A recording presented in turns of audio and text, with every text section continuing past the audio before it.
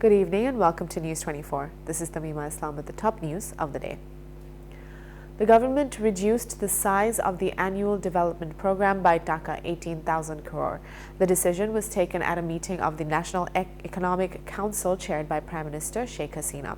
After the meeting, the planning minister claimed that despite the rise in prices of daily commodities, inflation remained tolerable. He also claimed that the effects of the Russia-Ukraine war would not be felt at the Rupur nuclear power plant. Earlier, a meeting of the National Economic Council was held under the chairmanship of Prime Minister Sheikh Hasina.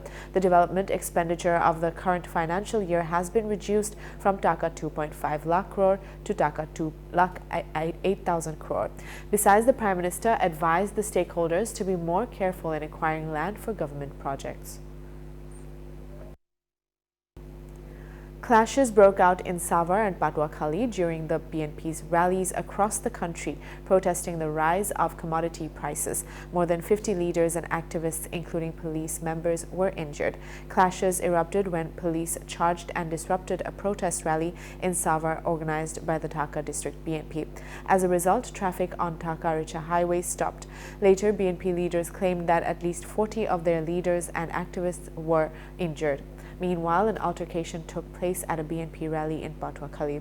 Leaders and activists of Chhatru League and Jubo League alleged that the attack was carried out by district BNP leaders and activists.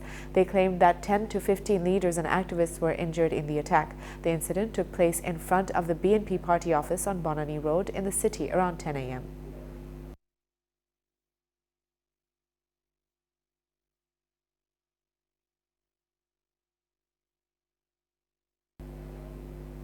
The Election Commission will be aware in the future so that the people's right to vote is not disrupted even for a moment. Chief Election Commissioner Qazi Habibul Awal made the statement today. He made the remarks following a procession on Manik Mia Avenue in the morning on the occasion of National Voters' Day. He said that the promise of Mujib Borsho is to protect the right to vote and commitment of the Election Commission to hold a peaceful and fair election. Everyone in the Commission will cherish the motto. He also hoped that a successful election would be held with the joint efforts of all. Physical classes started in primary level and 11th grade. However, pre-primary classes would start after 2 weeks. Students are happy to be back in the classroom. Teachers say that even though normal class activities started, there is no lack of hygiene. However, they also urge the parents to be aware of this. According to the Education Minister, regular education activities would start soon. Russia's invasion of Ukraine continues for the 7th day. The Ukrainians are still fighting fearlessly with the Russian army. Russian troops took control of the town of Kharkiv after a riot. The attacks are targeted now being towards the capital, Kiev. In the past 24 hours, at least 21 people were killed and 112 were injured in a Russian attack in the city of Kharkiv.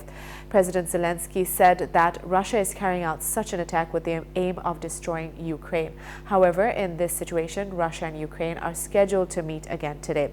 Russia, meanwhile, is increasingly embroiled in a series of sanctions over its attacks on Ukraine. However, Beijing said it will keep trade relations with Moscow normal. That's all the news for today. Thank you for watching News 24. Please stay with us.